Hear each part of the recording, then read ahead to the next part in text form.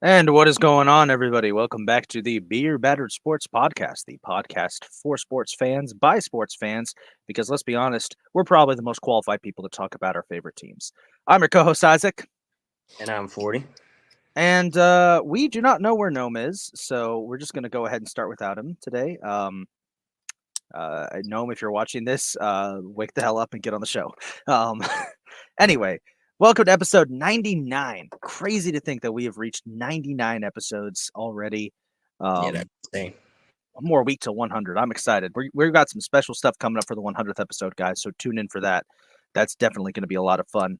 But we got a lot to talk about today. We got to talk about the MLB Hall of Fame voting, the three players who got in. We got to talk about this breaking news out of the NHL, in which five young stars of the NHL are being summoned to Canada to answer for some fucked up shit. We'll get into that. We got to talk about the drama going on with the Milwaukee Bucks and them firing their head coach despite a 30-13 record, and of course, we got to talk about the divisional round games. So, with that being said, let's quickly jump in, and I'm only going to cover this really briefly because I know not all of us are big hockey guys, but it is something we do need to talk about just a little bit. And we're going to talk into some breaking news surrounding the NHL. So let me pull this up. I got to be careful going over this because it is very sensitive information. This is pretty serious allegations that have come out in the NHL. And let me pull it up. So, got it right here. So,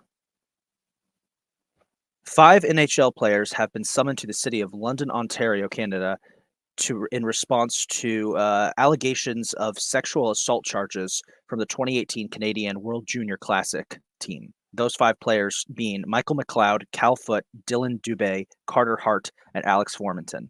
Now, three of those guys play for the New Jersey Devils, which just pointing that out. Three of those guys are on the Devils.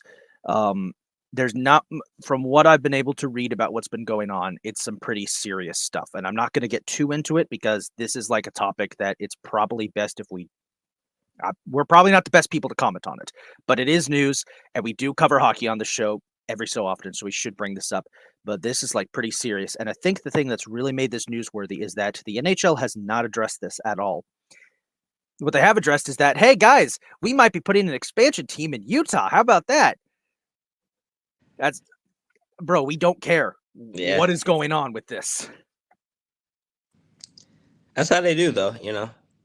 They usually just throw things under the rug and try to have you overlook it with something Did else. we lose Calvin? Can you hear me? Well, there's our technical difficulty for the day. Are we back? Are we good? Are we back? Yes, we're back. Okay. Okay. We had our Yeah. technical difficulty. There we go. Yeah. No, I was saying though, that's usually what these top dollar companies and organizations do. They try to throw things under the rug by throwing something else in your face, like, oh, we're gonna move an expansion team. Like,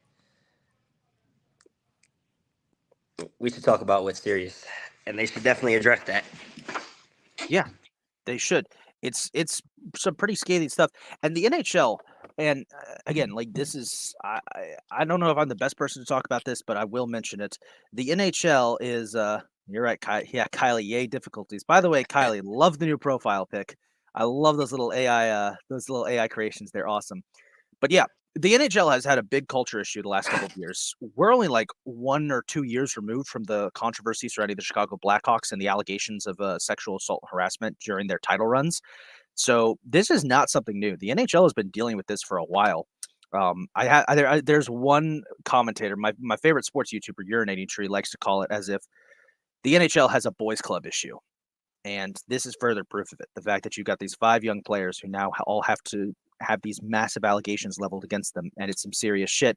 And of course, the response from the governing body is, "Ooh, new team in Utah, woo!" Which, by the way, who the fuck asked for an expansion team in Utah? We have an Yeah. nice even number of teams in the NHL. I know this isn't the point at all, but at the same time, like, nobody wants a team in Utah, bro. Yeah, like Like, who come asked on. for that? And then like why Utah out of all states I mean, or even like anywhere? It doesn't even have to be a state, but why Utah?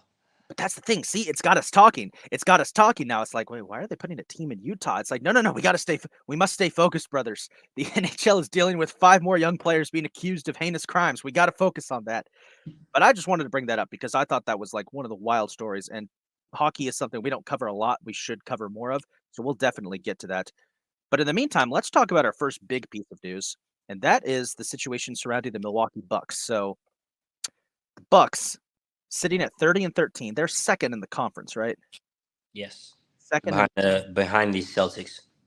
no one's going to get past the Celtics at this point. So last night it was announced that they have fired Adrian Griffin, their head coach, after a 30 and 13 record.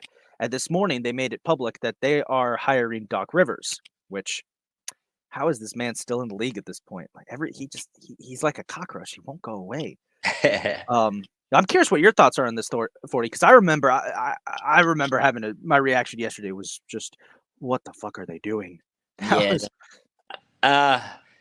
I mean, it's very surprising to me as well. But then when I started to read up on it more and started to look into it, the surprising part to me is, because they are second in the East, and guy just got fired out of the blue. I think this is the only second time this has ever happened.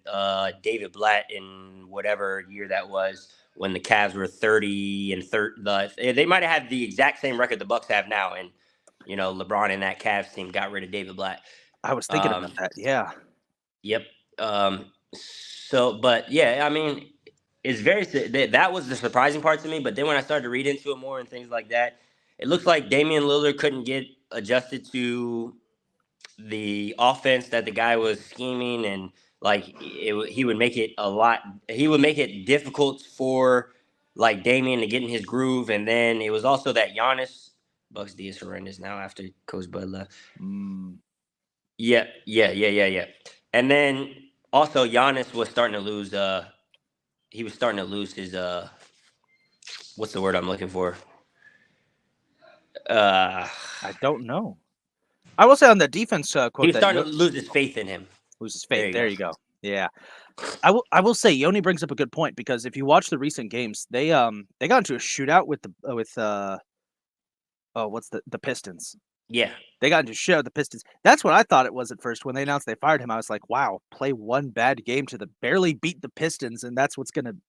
The Pistons are that bad that if you like barely beat them, like you get fired. Like my God, but nah, like there's a Well, whole that lot does of bring a good. That does bring what Yoni said, a great point there, because all those games leading up to it. If you look at the point totals that the other team had, the defense is horrendous on the Bucks, and then I would take that was the last straw, almost losing to the Pistons there. Yeah, I mean it's the Pistons. If you lose to the Pistons or almost lose to the Pistons, it's like bad things happen to your franchise. Like look what happened to Toronto. They break the losing streak of the Pistons. The next thing you know, Pascal Siakam is sent off to Indiana. So Yeah.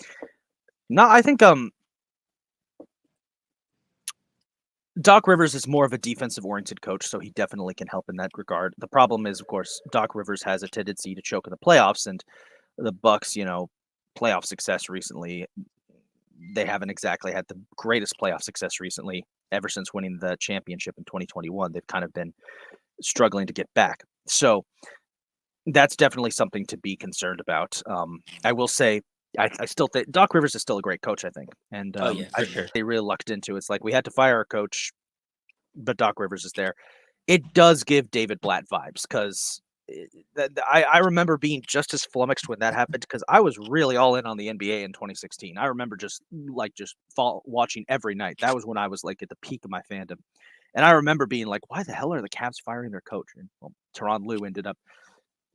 I still like to joke around that they fired David Blatt so that they could put LeBron in as head coach and give him a puppet in Tyronn Lue, but yeah, I could sense Whatever some saltiness. whatever LeBron did to make while Ty Lue was his puppet, has made him into a great coach, because that guy is doing some good things over there in with the Clippers. Yeah. No, Ty Lue is actually like a phenomenal coach. I think he's great. One thing to keep in mind though is that Coach Bud and Adrian Griffin are still going to be on the payroll of the Bucks while Doc Rivers is taking over. So the Bucks are essentially going to be paying 3 head coaches, which this is just setting them up for something horrible to happen at this point. I will say though, I did want to talk about one other thing in the NBA. If you missed this, this was pretty wild. So Joel Embiid dropped 70 points on the Spurs. Yeah, and Carl Anthony Towns had 62 the same night.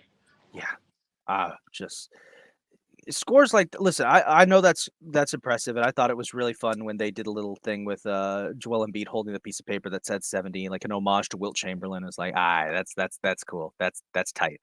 But there is a part of me that's like, well, I really miss 90s basketball, man. I just miss the defensive oriented basketball of the 90s so much. It was the anniversary of when Kobe dropped 81. So I think that was the big hype that night that everybody wanted to go in with. Bucks 3 coach payroll is almost the same amount as Pistons. They're paying Monty Williams. What? I mean,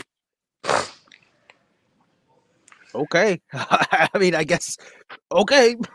I don't know how they got that done, but okay. That's where they're putting all their money to. See, this is why all their players suck. I saw somebody break down the Pistons defense, and it's like, my God, like this. You guys had the 04 team is rolling in their metaphorical graves because none of them are dead. Like, what the hell? Why are we turning our backs to the balls? Yeah. What's your face? I forgot his name. That one guy they have. I don't know who's on the Bucks. Like, it's what is it? Or not the Bucks, the Pistons. It's like Cade Cunningham and some scrubs. Oh right? yeah, Cade Cunningham. I know Cade Cunningham, Jaden Ivey. It was Jaden Ivey. Jaden Ivey. Ivey was the one who like turned his back on the ball. The guy who's analyzing the film was just like, "What are you doing? What? Look at the." It's funny. It's funny. Yeah. Well, with that being said, unless anyone has any other things, let's talk about one other thing. Gnome is going to join us in a bit to talk about football. In the meantime, let's quickly talk about the MLB. So the Hall of Fame. Before we get into the MLB Hall of Fame, let's give a shout out to Randy Moss for being elected into the College Football Hall of Fame for this year. Shout out to Randy Moss, man. Dude, great receiver.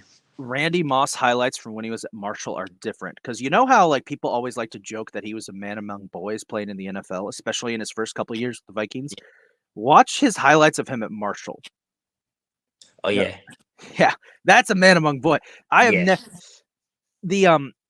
the Secret Base documentary on the Vikings did a whole piece on the on Randy Moss, had a whole episode dedicated to Randy Moss, and this is kind of where I'm glad Gnome's not here because I know he's planning to watch this and he hasn't watched it yet, so I don't want to spoil it.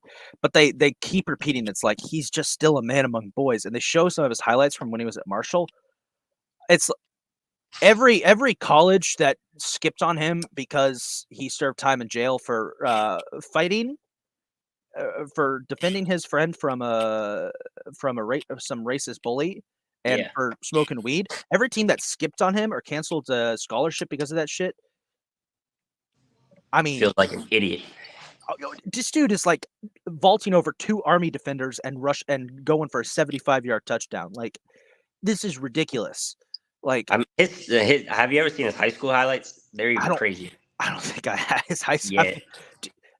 They talk about the documentary how he was playing with anger because he was going to like an almost all white school and like he had to deal with some of the most heinous racism in that part of West Virginia, and he would just use that to just go off. And it's like, oh man, I mean, you felt bad, but it's also like, wow, he's killing them. Last thing about him before we go into the MLB, the guy is so good or was so great that I don't know if it's Julian Edelman's podcast or Tom Brady's podcast or whatever, but Edelman, Brady, and Randy.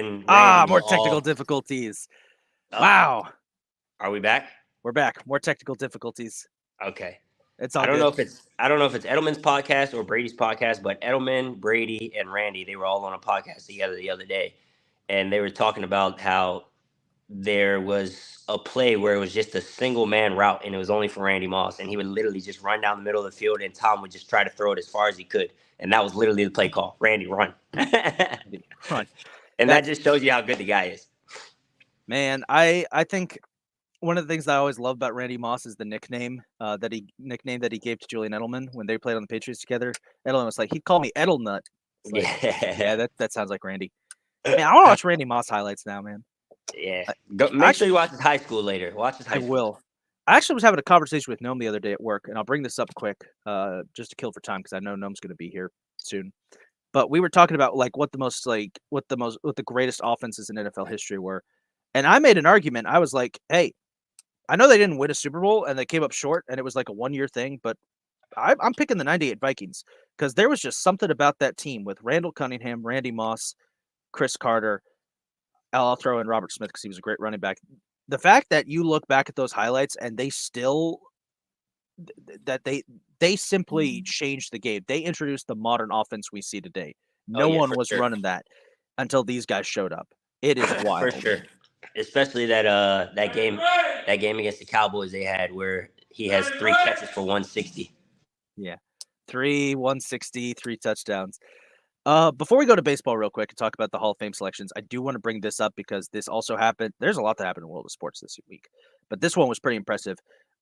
We now have the winningest coach in the history of college sports, Tara Vanderveer, head coach of Stanford women's basketball, who last Sunday, beating Oregon State, got her 1,203rd career victory, passing former Duke coach K. Vanderveer, she's been the head coach with Stanford since 1985. She started coaching at Idaho in 1978, did 3 years there, then coached for like 6 years at Ohio State before moving to Stanford. Also coached the U.S. national women's basketball team. She has won 3 division championships, 13 Final Four appearances, 27 Pac-12 conference championships. I guess, well, it's not the Pac-12 anymore. Thanks a lot, football. Just absolute domination. Already in the Basketball Hall of Fame. And I mean, this is more fuel to the fire that we need to give more props to women's basketball because now the winningest coach in the history of basketball is from women's college basketball. So I just thought that was important to bring up. Well, I would say that women's basketball is getting the hype that it needs now. I was looking at this thing yesterday, and it was like the lowest ticket for the LSU South Carolina game is like $1,000 or something like that. Yeah. I mean, that's a good matchup. I guess it's because it does have Angel Reese involved, but also South Carolina is like the number 2 team in the nation, I believe. Oh, yeah. Angel Reese isn't even my favorite player from the LSU team. I'm all on the Haley Van Lith. Like, that was a great pickup they got in the transfer. I like Haley, and I also like Flau'jae. I don't know why, but I like Flau'jae over Angel, too.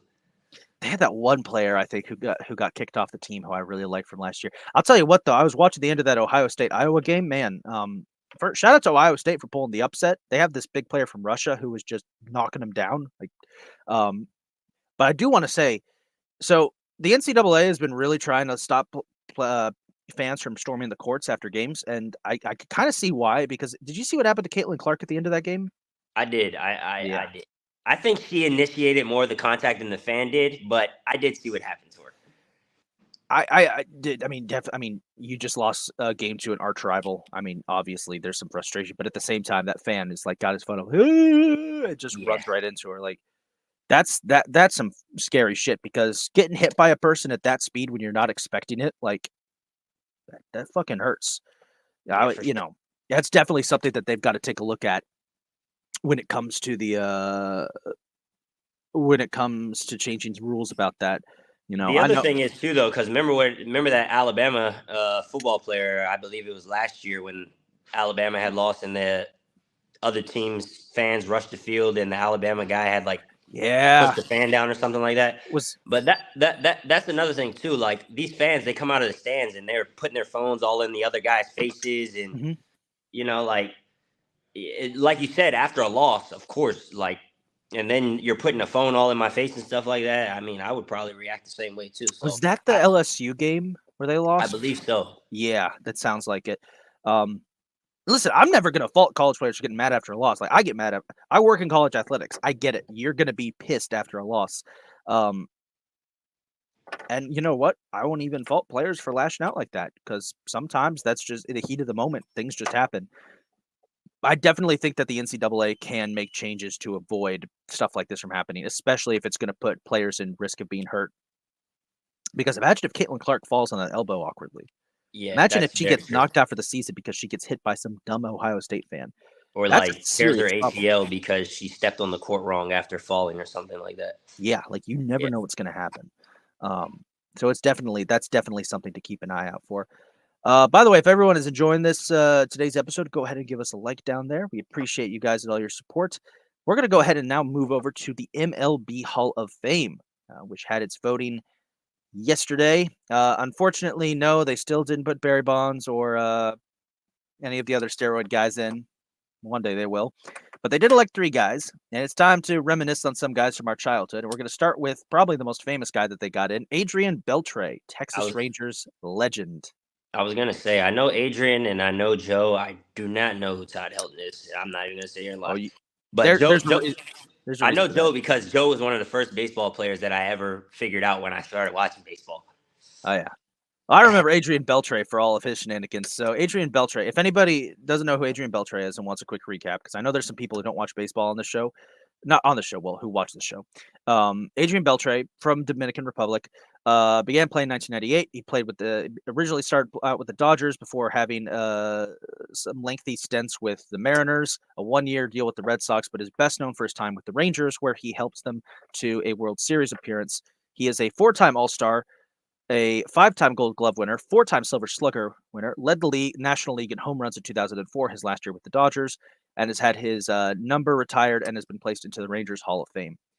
He wrapped up his career with a batting average of 286, over 3,000 hits, over 400 home runs, and over 1,000 runs RBIs. He's also just a massive goofball. Like I was watching Adrian Beltre highlight. This dude was a goofball, and he's just one of the most lovable characters in all of baseball. And there's this great anecdote I've got from, again, shout out Secret Base. Secret Base had a documentary about the Seattle Mariners, and there was this piece they did on Adrian Beltre where he historically never liked to wear a cup until he got hit right in the groin by a line drive, and it did some damage. And the next game after I think he missed a little bit of time due to have surgery, he came back for his next game. And his first at bat, his teammate Ken Griffey Jr. had the guys in the PA booth. He's like, "Hey, switch out his walk up music with this." They played the Nutcracker Suite when he walked up. That was Adrian Beltre was a character, man. That That's wasn't even that. him. He was just a character. Yeah, that's a hell of a story though. That just shows you the bond that he had with his teammates. I actually love that. Yeah. Um, he's one of those guys who you like really wish had won a World Series in his career. I just look back to that 2011 World Series against the Cardinals, like that was the closest um he came. But yeah, this dude was just a fun-loving guy and just one of the best third basemen probably ever. He's a 3,000 hit club member. He's the only I think he's the first Dominican player to ever join the 3,000 hit club. So just a fantastic player. Very long career. He played for 20 years. So it That's is. pretty incredible there. And to be in the 3,000 hit club is absolutely incredible because there's guys I watch every night go 0 for 5. Yeah. Well, I mean, as a Mets fan, you're used to that. No offense.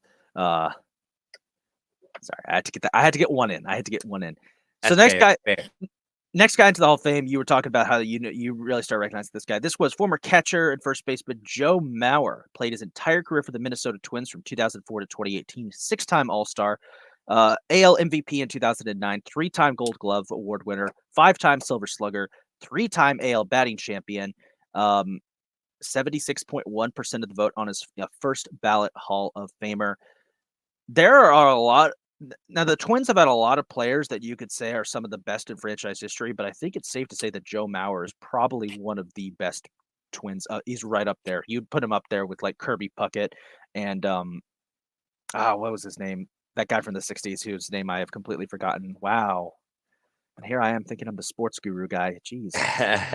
No, absolutely though, because let me tell you, my first sport ever was baseball, and like I said, Joe Mauer was one of the first baseball people that I ever knew. Joe Mauer, Derek Jeter, those are the Right. first 2 baseball people that I actually ever knew, and that was the only reason was because I think he may have been on one of the old video game covers, possibly. But if he wasn't on the cover, then he was in the startup or something like that. Like the intro of the video game, it always showed Joe Mauer. But I remember when I started playing baseball, I wanted to play catcher and I wanted to play shortstop, and that was because of Joe Mauer and Derek Jeter. So, He Joe, was. He was. Let me yep, pull this up real quick. Let me share my screen. Oop, oop, oop, oop, oop, oop, oop, oop. He was. It's a good one too. Share screen. Boop. Yeah, there he is. Ah, look at that. There it is. Look at that. That is nice. He's another one of those guys who you really wish. Holy crap! Did they put? I don't know who that is. Joe Mauer's another one of those guys who you really wish had gone on to win a World Series, but he was loyal Yeah. to the Twins, and I respect that because in the age of free agency, it's rare to see players stick with one team for their entire career. But Joe Mauer did that, and that's really impressive. Yeah, for Now, sure. now the last guy, you said you didn't know this guy. Fair enough. Todd Helton. Todd Helton played, aka Mr. Rocky.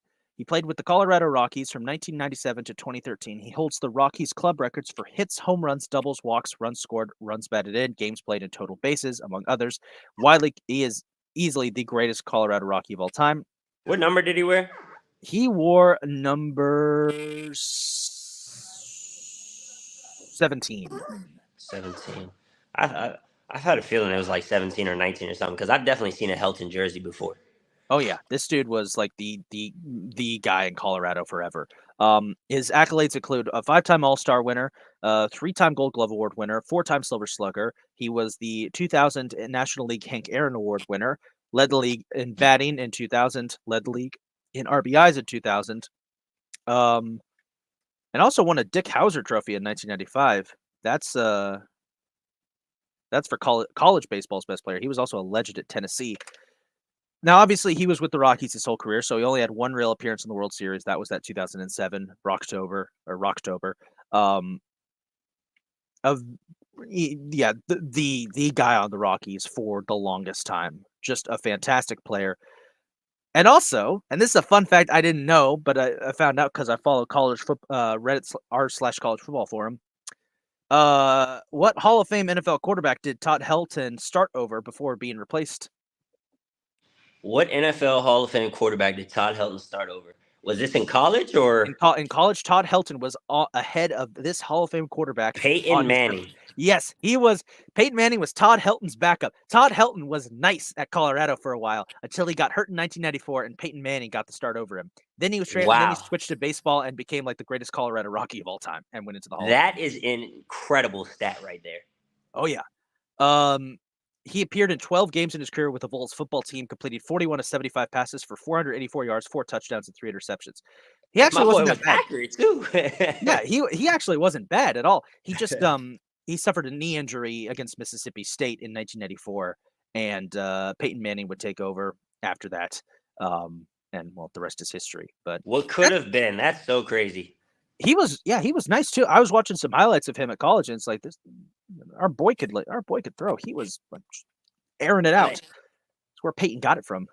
that's actually wild. Because if he never get injured, how does that path Peyton Manning's career? Like that's crazy. Wow. Oh yeah. So congratulations to those players for getting into the Hall of Fame. Once again, with the love of God, Baseball Writers Association of America, let fucking Barry Bonds and Alex Rodriguez into the Hall already. I know Please let Barry Bonds in. That was you my could put it. favorite You player. could put an asterisk and say, "Warning: played half of his career with steroids." But even if you want to do that, remember he also played half of his career without steroids and was still incredible. So just keep that in mind. Yeah. So And the steroids really help you. Like I don't know what steroids does because I thought it just makes you stronger. But does it help your hand-eye coordination? I don't know if it does, honestly. I think what it really did for Barry Bonds was prolong his career because he was able to play deep into the 2000s and still be producing like crazy. But he was also producing like that during the 90s when he was not on steroids and playing for the Pirates. People forget he took the Pirates to like 3 straight NLCSs, uh, not on steroids. So that's the thing too that gets me because it's like that doesn't help your hand-eye coordination. This guy was sending those fucking balls, like he was sending them. Yoni brings a good point. What about Pete Rose? They gotta lift the band, man. That's another one too. Like, I think with the attitudes about gambling changing, I think we might see Pete Rose one day get in. I don't know, man, because remember, Pete Rose is like permanently banned from baseball because of uh, I don't know. But the baseball Hall of Fame is just really, really stupid. And Yeah. we still talk about it when they add players in because it is still something to talk about, but it is really stupid the way that they figure out who's going in and not. So I don't know, man. That's just my opinion. Um, oh, some more tech. 40 dropped out for a second there. He's back in. Well, I don't know if Gnome's going to join us, but here's what we're going to do. We're going to take a 5-minute break, folks, and I'm going to try and get Gnome onto the show. Find out where he is, and if he's not here in 5 minutes, everybody, we will keep going ahead and talk about the divisional round. But we're going to go ahead and take a 5-minute break real quick. So it's currently 2:31. So at 2:36, we will resume the show. Let's hope we can get Gnome on. And here's a quick word from Fired Up Sports while we go to break. We are part of the Fired Up Sports network of shows. Please check out other Fired Up Sports Network podcasts like the P-Lot Pod, Water Cooler Talk, Bell Smashers, Philly Sports Love and Pain, Drunk on Broad, Beer Battered Sports, and the Fired Up Sports Show, which are available on all major podcasting hosting sites and social media. Also, check out Mark Ramos' Roundup on Fired Up Sports.com, which breaks down the happenings going on with all your favorite local teams.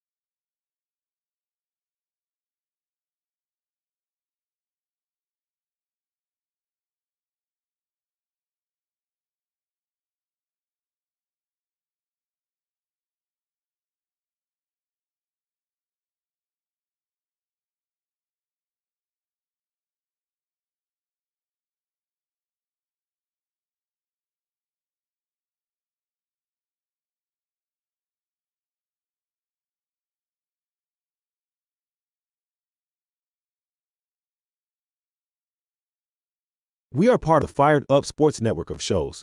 Please check out other Fired Up Sports Network podcasts like the P-Lot Pod, Water Cooler Talk, Bell Smashers, Philly Sports Love and Pain, Drunk on Broad, Beer Battered Sports, and the Fired Up Sports Show, which are available on all major podcasting hosting sites and social media. Also, check out Mark Ramos' Roundup on firedupsports.com, which breaks down the happenings going on with all your favorite local teams. Hey everybody, just letting you guys know, Gnome is about to join the show. We will be right back. I'm actually going to add 40 in right now. Gnome is about to join as soon as he can. So we're going to jump back. Thank you guys for bearing with us there. We're going to actually start talking about the divisional round now. We'll have Gnome just jump in when he gets here. And if you were dissatisfied by Wild Card Weekend being a little bit dull, the divisional round I think definitely made up for it with some really fun games. And we'll start with the one game that, well, I guess it was fun. It was good, but it didn't live up to the hype. And that was the Baltimore Ravens advancing to the AFC Championship game with a dominant performance over the Houston Texans. And well, 40, you're the one who always calls it, so go ahead. What'd you think? Well, 8 was on the field, so you saw what happened. He accounted for 4 touchdowns. Besides that, their defense looks absolutely amazing. They look like a different team than they've looked in the many years that Lamar Jackson's been there. I think everybody is in sync with one another, and they're playing for each other and things like that. As we were just on break here, I was actually just scrolling through Twitter and stuff like that, and the Ravens are actually having their week press conferences right now. And Lamar Jackson actually told Roquan Smith so Lamar Jackson ended his press conference. Roquan was coming on to start his. And as Lamar walked past Roquan, he told him, if they don't score, they don't win. So these guys, they're a different breed right now. I think I was really nervous going into this game because I kept remembering the last time the Ravens were the number 1 seed. The last time they had to go up against a red-hot team from the AFC South that not a lot of people were given a good chance to. I kept remembering that Titans game from like 3 years ago. Yeah. I kept remembering that, and I was like, it's going to happen again, man. It's going to happen again. And early on, it was like, well, they've got an early lead. Can they hold it? You know, it was a little back and forth. It was tied up at the half. I was like, okay, Texans came to play, but there was just something about that Ravens defense. There was just something about the way that they were just pressuring CJ Stroud. There was something about the way that the only way that the Texans could score points were off of special teams. They couldn't get anything going on the ground. They could barely get anything going through the air. I think it was about halfway through the third quarter because I was going to a party with a friend of mine, and they had the game on at the party, and I kept looking in the background, and I kept thinking, you know, okay, they're up 17-10 now. All right, they're up 24-10. All right, they're up 31. I think it was around the time they were up 31-10. It was like, oh, why am I worried? They are going to win. I was getting so nervous. Welcome to the show, Gnome. How are you doing today? Hey guys, sorry I'm late. A bit under the weather. I feel you. I was just like that yesterday, man. I was fighting for bro. my life yesterday. Hate to see it. We were just talking about the Ravens win in the first divisional round game, taking care of business against the Texans. I'm curious your thoughts are, resident Ravens fan. Was not very impressed with the first half at all. A little worrying, but with how well we did in the second half, you can give it a pass, man. Like the second half is always more important than the first. And offense was off to a slow start. Second half was just pure domination. Defense impeccable throughout the entire game. I know that people say that they scored a touchdown, but if you guys remember, it was a punt return touchdown or some shit like that. Yep. It was defense kept them to 3 the whole game. Phenomenal. The thing about that too is though with the first half, and I was actually it's crazy because I wish I could have this phone call I wish I could have it recorded and go back and record it because he can definitely vouch for me though. I was telling one of my friends, I said, watch, it's going to be very close in the first half. Second half, Ravens are going to absolutely take off. And the reason I thought it was going to be close in the first half is because a lot of those guys hadn't played football in 20 days before that. They did play week 18, and their last game that they did play was week 17. So, you know, they came out pretty sluggish, pretty slow. But, you know, as soon as that second half started, it was over with. It was Ravens football.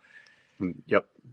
And this, of course, gives Baltimore, the city of Baltimore, its first AFC Championship game since 1971. That was the last time that the excuse me, since 1970. My bad. Since 1970, that was the last time that the city of Baltimore hosted a conference championship game. That was the Baltimore Colts versus the Oakland Raiders in 1970. That was the last time that this title game was held here. It's the first time for the Ravens in the AFC Championship game since 2012, and we all know what happened last time the Ravens got to the AFC title game. Yep. Nothing to be ashamed of for the Texans, though, and I think that's something you could say about most of the teams in divisional round that lost. Nothing really to be ashamed of. This was a team that going into the season, we were convinced it was going to be, they were going to be terrible, and they exceeded expectations. They won a playoff game. They won their division. They found themselves they found themselves a franchise quarterback. They're young as hell too, man. They're young. Yeah, they'll be back. They will definitely be back. They will. I want to move on to the other AFC. Well, actually, no, we'll save that one for last because that was the funny one. The next two divisional round games, these ones were pretty close, pretty fun games. I first want to give a shout out to my Tampa Bay Buccaneers. I do too, man. Because they gave up more of a dogfight than I thought they would. We took Detroit behind the woodshed and gave them a good fight. It was a good fight against the Lions. Yeah, they ultimately it was a Baker interception on the final drive that cost us. But to be completely fair, that was a bad one too. Yeah, that was a bad. Where is it? Where is it? There it is. Yeah, there we go. Baker. Actually, no, that's one of two. There's another one. Yes, there is. Listen, I'll be completely honest, guys. I thought we were going to get our asses handed to us, but we played Detroit very close. I'm not even upset about the loss. Honestly, I didn't think we belonged to the playoffs at all. You didn't. And I was just happy to be. Yeah, we didn't. And I was just happy to be there. You belonged more than the Eagles did, though. That's true.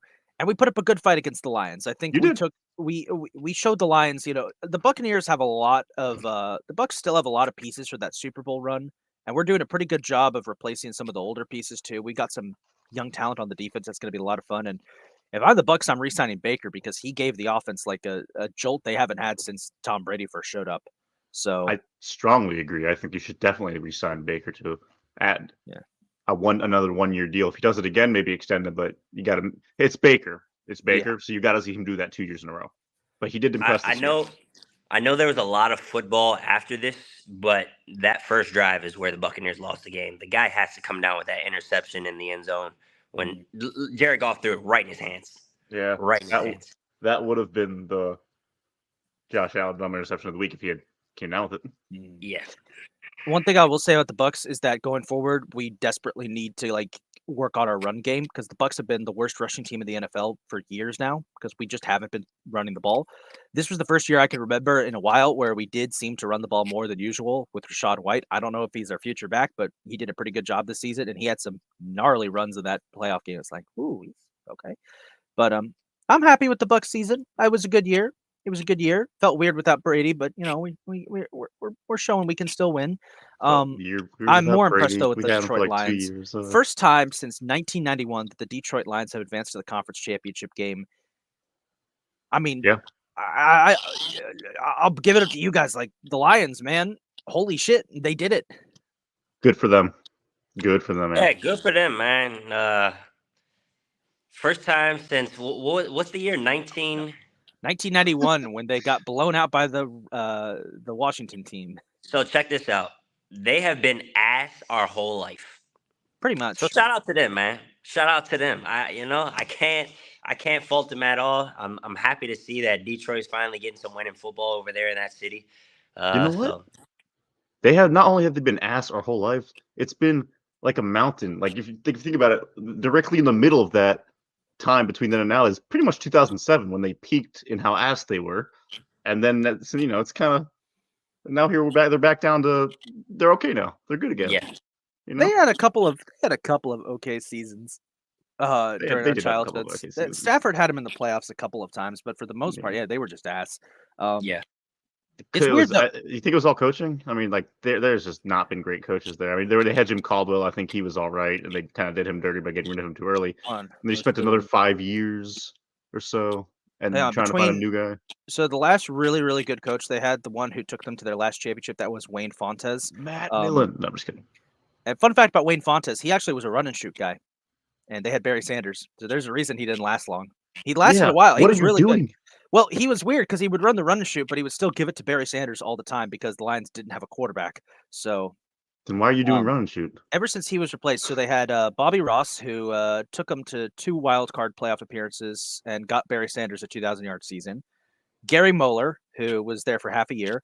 Marty Mornhinweg. Steve Mariucci for 2 seasons. Dick Jaron for 1 year. Rod Marinelli, who led them to 0-16. Jim Schwartz, who had them with 1 playoff appearance. Jim Caldwell, who led them to 2 playoff appearances. Matt Patricia. That's fun. Daryl Bevel, and now Dan Campbell. It might honestly be coaching. I mean, it hasn't been pretty, has it?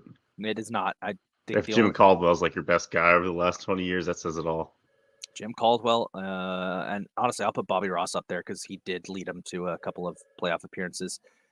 I'm happy for the Lions. I'm concerned that their defense isn't going to be that good, but their defense is not very good, and I'm concerned that that's going to cost them in the conference championship game. But we'll get into that when we talk about our conference picks. I was going to comment that as well, them. but I was going to save it for the conference pick. So yeah, we're right on the same page. I will say this for the Bucks. The same thing with the Texans, honestly, and even the Rams. For teams that we thought that this was going to be a rebuild year for, they ended up in the playoffs and that by themselves, and even some of them got to the divisional round. That's very impressive, and they deserve to be given kudos. Yeah, for sure. Same with the Packers, man. Speaking of the Packers, so Green Bay took San Francisco to the limit. That was a fun game to watch. Pull up the Josh Allen dumbass interception. Pull it up. Yeah, we have to because at the end of that game, Jordan Love had a, you know that old Brett Favre pick in the 2009 NFC Championship when he's like, he kind of freaks out and goes full gunslinger and just I'm gonna fire across the field, and it was identical. Across my body, across the field. Oh no, where did Tracy Porter come from? Like it was identical. It really was. To be completely fair to him. To be fair to Brett Favre, not Jordan Love, because he was on the Vikings at the time, not Packers. That's what you're going to be completely fair to Brett Favre. He was 1 on the Vikings, and they can't have nice things, and 2, the amount of hits he had taken in that game, there was something not right with him. So I'm forgiving him because Brett Favre, they did have a bounty out on his head that game. So they did. That fucking team, man. Fucking team. I better see this clipped in on social media of me complaining about the Saints for the bazillionth time. I'll just stitch together an entire seasons-long compilation. It'll probably be about 30 minutes. Isaac's war with the Chiefs continues. I'm sorry, with the Saints continues. God, I hate the Saints. Something you guys like that. know I hate the Saints. I really hate the Saints. God, fucking team from New Orleans. It's funny because the last time your team was in the Super Bowl, they had to bring along the biggest cheater of them all, Tom Brady, in order to. Yeah, you're right, and I don't like talking about that Super Bowl. So can we I'm just saying, if you're gonna bring up the Saints and their which is worse? Which is worse? Try to get an advantage on your. Okay, now I'm not condoning both of these, but I'm just going to say this: which is worse, cheating on your? And I'll ask the chat too. Which is worse, guys? Spying on your opponent to get an advantage, or beating the ever-loving shit out of the guy to the point that he can't throw a football properly? Which is worse? Which time? Which time are you talking about that Brady did that? And is it just that one, or are you taking all the times he's cheated, deflated footballs and everything? What are we doing? Are we counting the entire thing? Technical difficulties have saved me from having to defend my position. Woohoo! Oh, we lost Gnome. Welp. Yoni says spine, so we're just gonna go with that. Nah, man, Bounty Gate was still the most fucked up thing I've ever seen, so I'm just gonna save it for that. Outside of the Jordan Love pick, I'd say that the Packers, honestly, they played very, very well against a really tough 49ers team. 100%. Even Jordan Love played great. Yeah. Besides that dumbass interception. Besides the dumbass interception. What? Nothing. Continue. I didn't kick you out, you asshole. You got dropped because of technical issues. That's what they all say. Yeah, no, besides that dumbass interception, I think Jordan Love played a great game. I think the Packers played a great game. Packers are another team that we have to look for in the future here. They're very young. They'll definitely be back. For sure.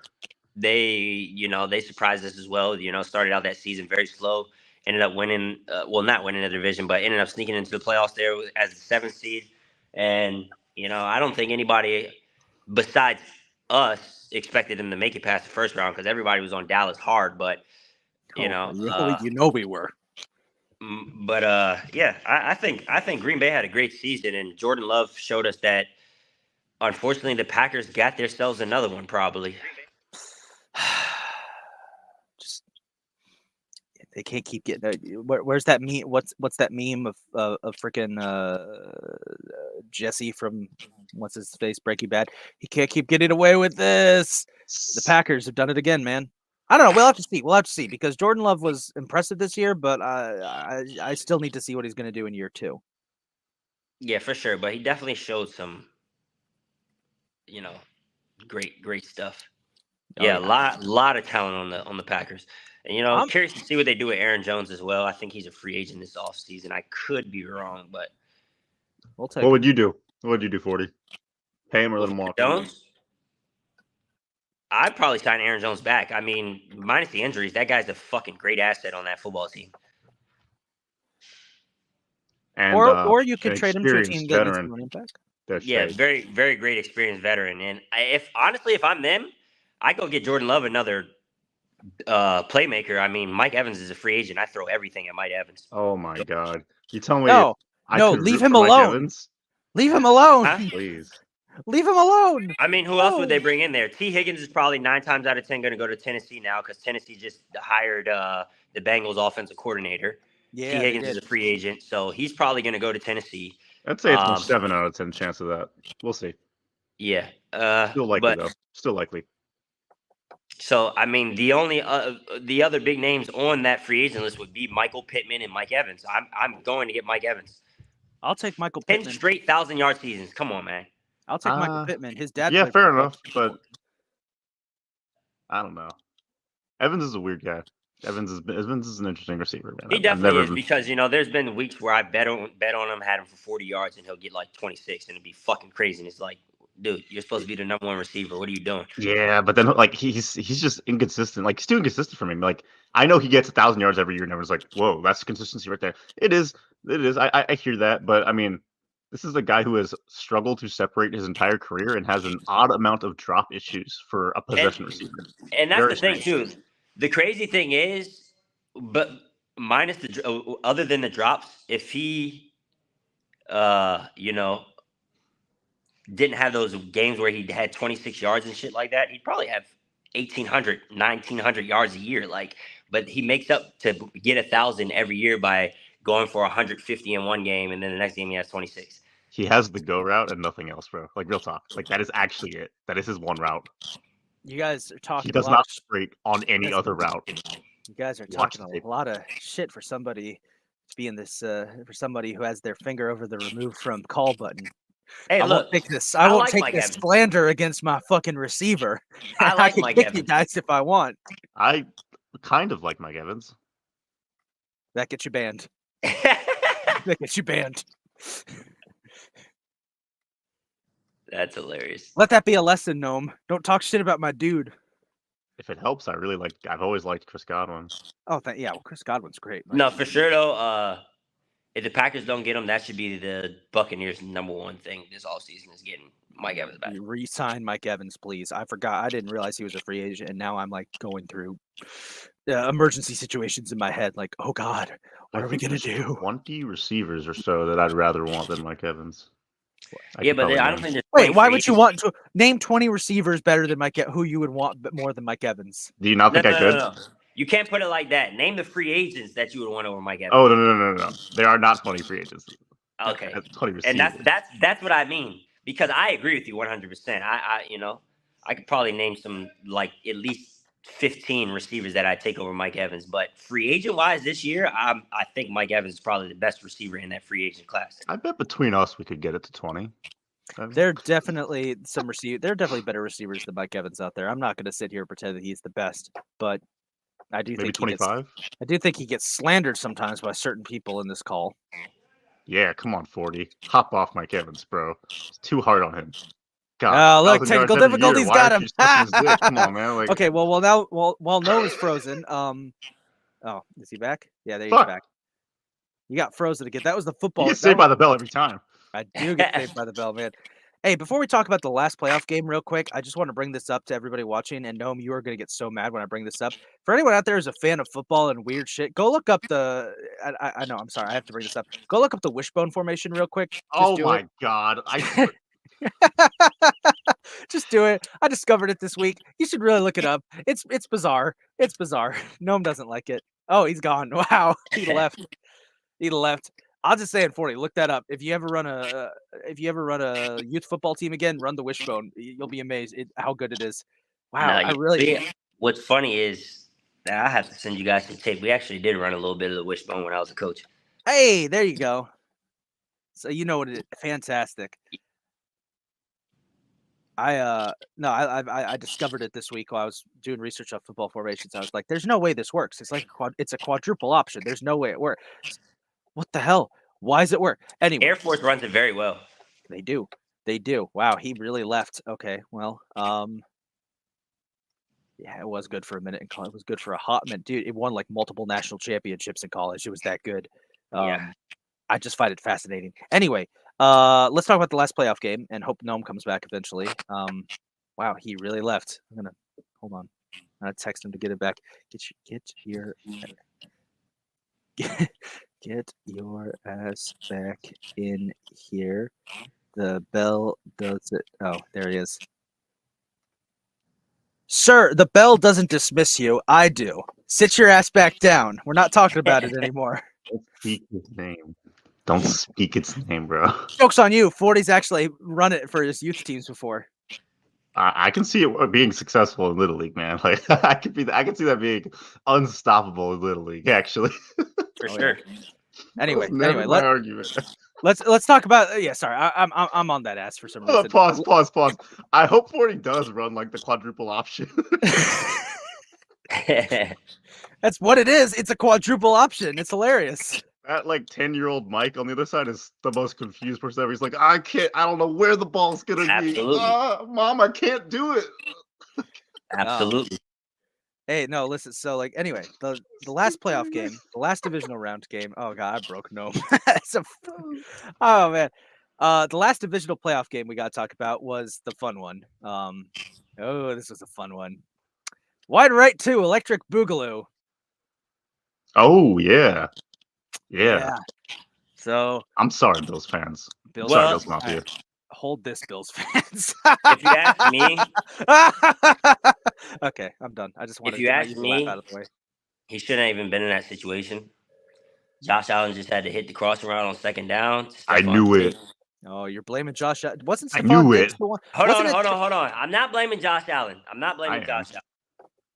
But at the end of the day, though, he is the quarterback. On top of that, he only had 3 drop passes in that game. Everybody keeps bringing up these 3 drop passes that would have been significant.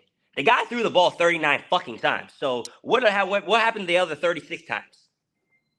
You feel me? So absolutely. And then not only that, he throws the ball 39 times. He doesn't even break 200 yards. And I know those 3 drop passes were accounted for at least 100 yards, 1,000%. But come on, man. The guy threw the ball 39 times, didn't even break 100 yards. And then second down, the man is running right across your face. I don't know what it is, if they have a little situation going on right now and they don't mess with each other, and that's why, he can't catch the ball when he throws it to him, or he doesn't want to throw it to him anymore. But the man was right across your face. KC has 2 timeouts. You throw the drag, Steph gets the first, you make KC take the first timeout. Now you run the ball, KC takes the second timeout. Oh, yeah, 100%. 100%. But you also have to look at, I agree with that, Yoni, but you also have to look at how many times the Chiefs allowed the Bills back in the game. The Bills ran a fake punt. The Bills defense came out and stopped the Chiefs and only held them to 3 points. The next time, the Bills got stopped again, and the Bills defense came out and did what they needed to do and actually forced the Chiefs to punt the ball. The Chiefs gave the Bills so many opportunities to go win that football game, especially that last drive when all he had to do was throw it on second down. They would have wasted their first timeout, run the ball on first down. They wasted their second timeout. And even if you don't win the game and score the game-winning touchdown now you give KC the ball back with no timeouts and probably a tie game because it's an easier field goal for Tyler Bass. Don't forget So- to the touchback. At the end of the day, I think I do blame Josh Allen. Well, I'll say this much: Josh Allen has definitely taken responsibility. I think you guys probably saw the situation surrounding the Bills kicker Tyler Bass, who missed that kick. And while we joke about it, because it was funny that it was like another wide right, it was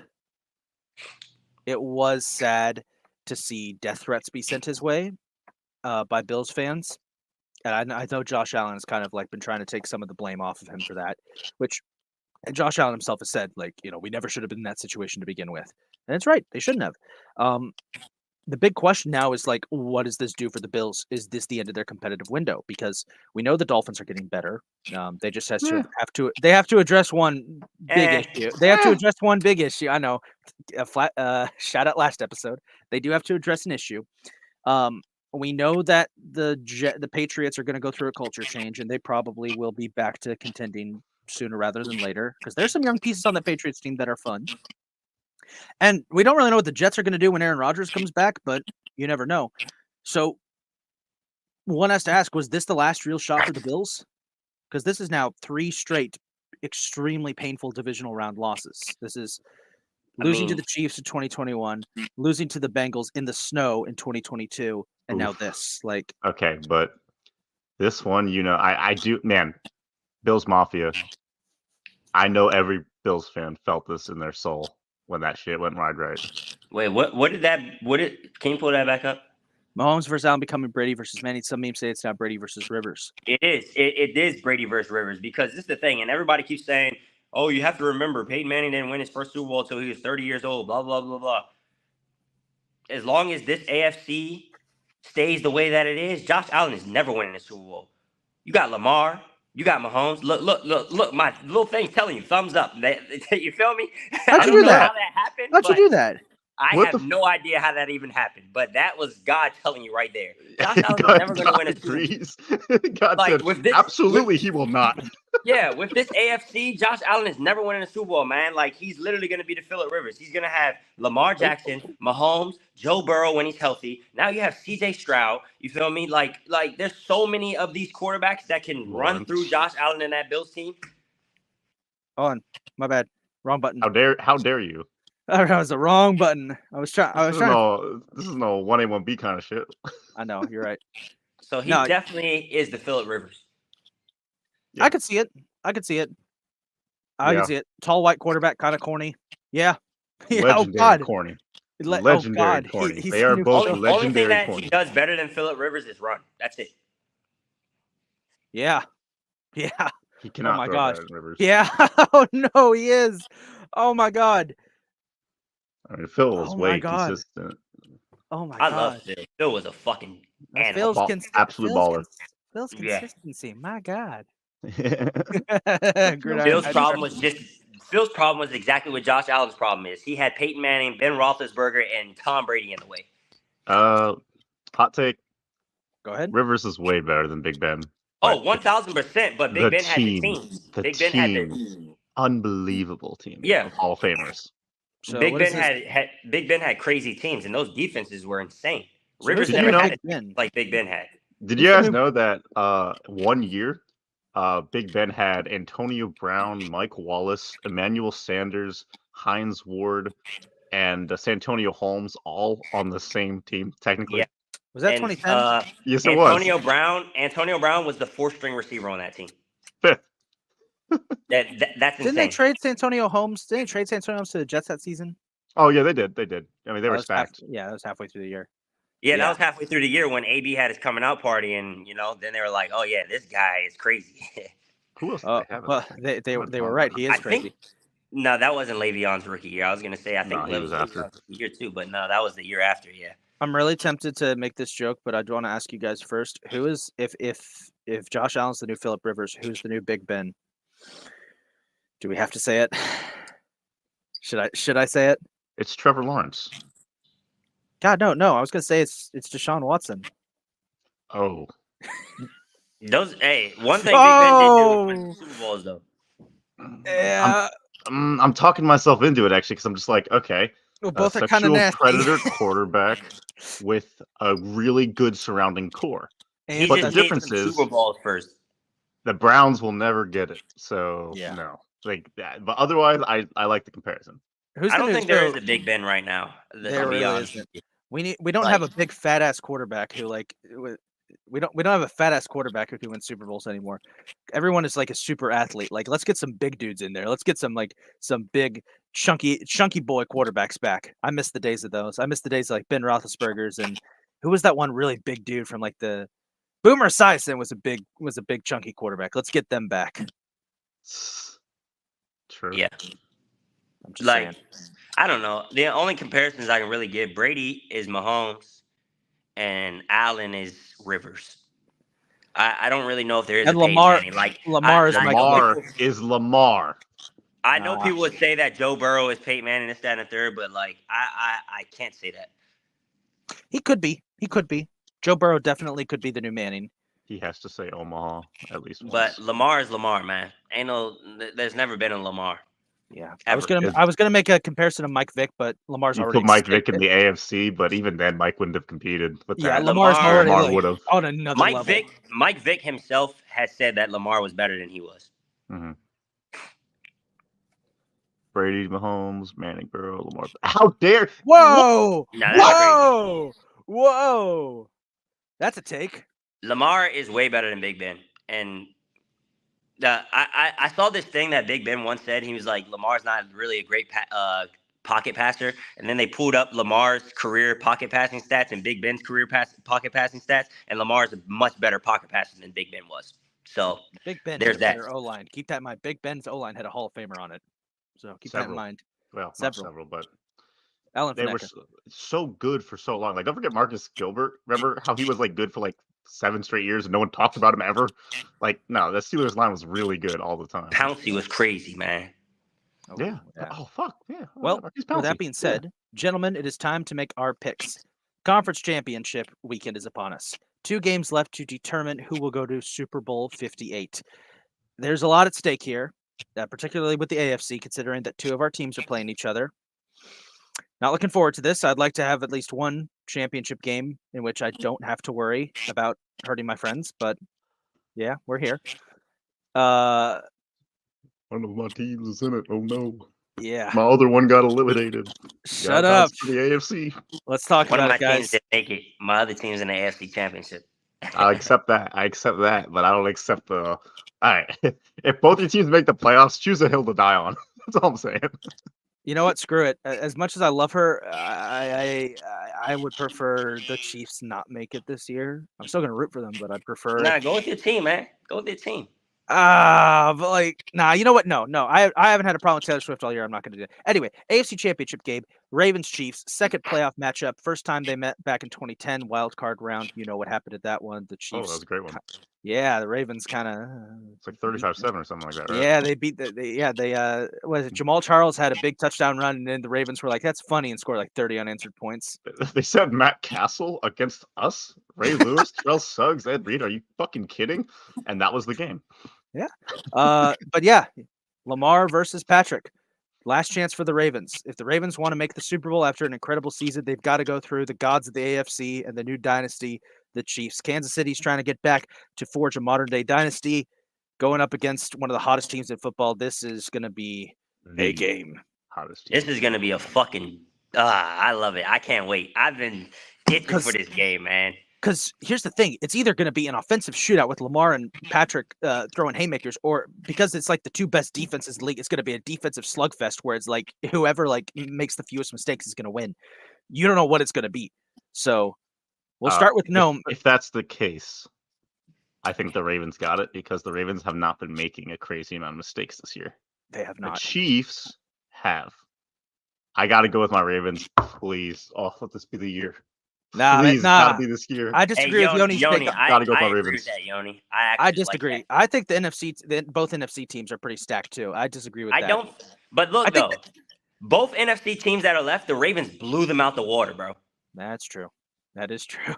Now things are different in the play. Like 40, you gotta admit, Lions were not as hot as they are now. 19-1, man. 19-1. I ain't saying they'd win. I'm just Hey, saying hey, they're not as hot. They weren't as hot when they played them.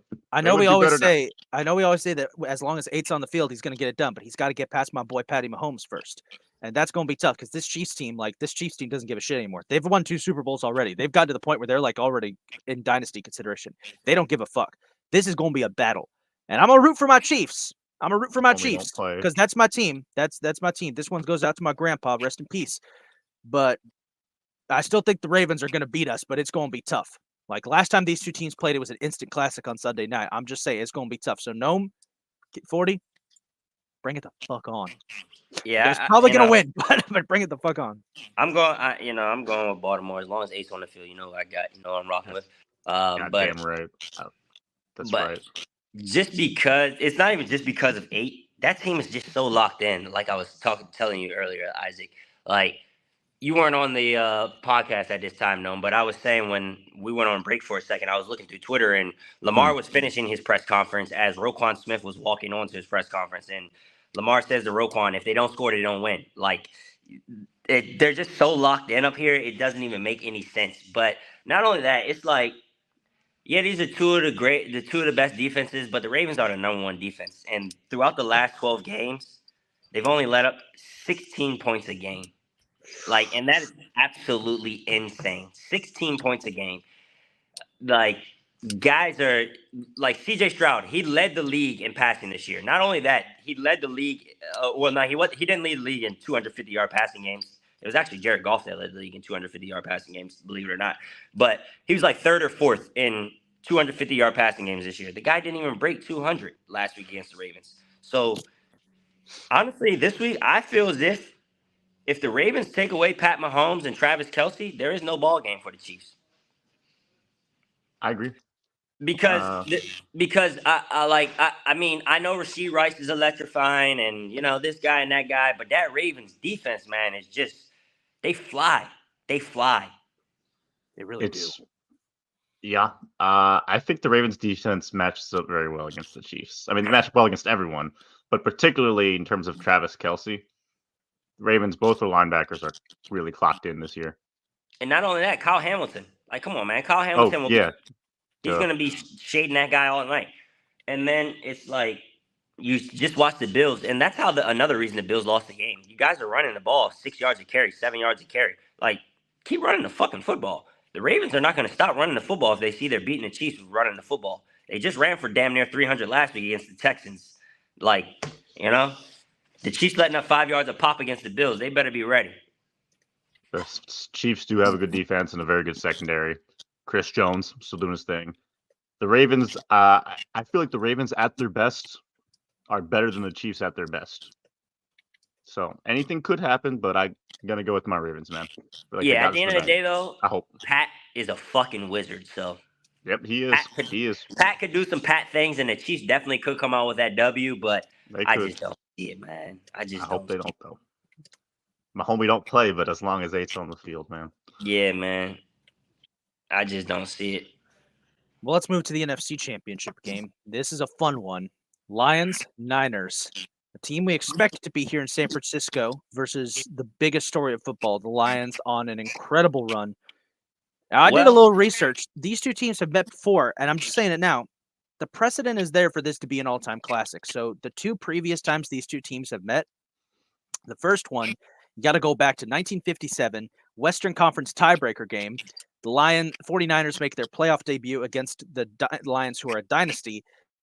49ers were this is the original 28-3, by the way. Look at this game. The Niners were up 27-7 before the Lions sent in a backup quarterback named Tobin Rote and won 31-27. They scored like 24 unanswered points. Wild shit. The other matchup, 1983, the Lions, it was divisional round. Lions taking on the Niners. Lions were up, I believe, like 23-17 in the fourth quarter. I mean, you guys know who the quarterback of the Niners was. Like, you give him like a minute left, and Joe Montana just sent him down the field, got a game-winning touchdown. But the Lions had a chance to win, and ultimately missed a game-winning field goal. So there's precedent for this to be one hell of a contest. Not according to the spread.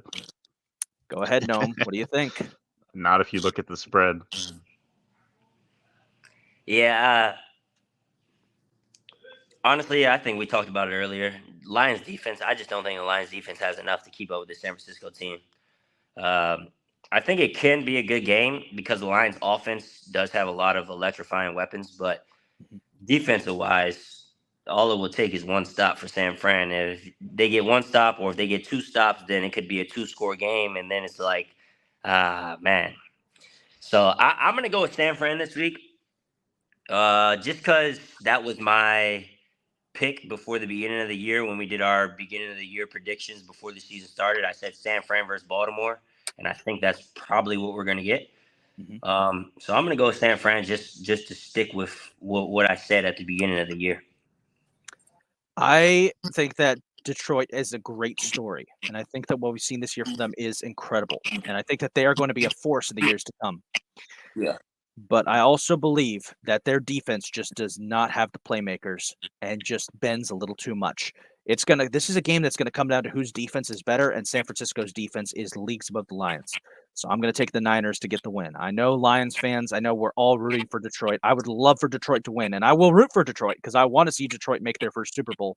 For sure. But San Francisco's just got too much talent, and I'm gonna take the Niners. I do think the 49ers will win too.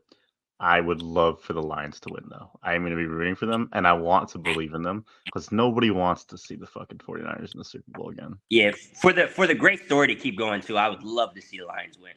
Oh yeah, we all Ravens Lions Super Bowl would be so unique.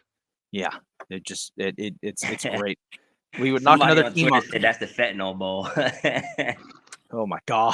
I think. Well, with that out of pocketness, I think that's where we're gonna cut off today's episode because my laptop is about to die too. Holy shit, 40, bro! This is why we can't have sponsors, man. Hey, look, man, I was just quoting somebody else. Hey, man, no, that would be great. Those are two long-suffering cities. That would be great to see them, face off. Anyway, with that being said, thank you guys so much for tuning in to today's episode of Beer Battered Sports. As always, this show is a proud affiliate of the Fired Up Sports Network. Go check out all the other podcasts. You can follow us on all of our social media at bbsports_pod and check out our Twitter bio for our merch. And be sure to tune in next week for the very special 100th episode of Beer Battered Sports. We will be having special guest stars, including our very own original founder, Kylie Sullenberg. Kylie's going to come back on. That's going to be fun. Okay. Boo, we don't like her. Yeah, whatever. We might have some other guest stars too, and keep and everyone listening, keep tuned in for when the time is announced because we might be doing it on a different day to accommodate some guest stars. Just keep that updated. With that being said, yeah, good. Did I not mention this in the chat? You might have. I might have just glanced at it. I think I may have forgotten. Yeah, we'll talk about it later. We'll figure it out. Anyway, we will see you guys next week for the 100th episode and our Super Bowl preview show. Later. Oh. Bro.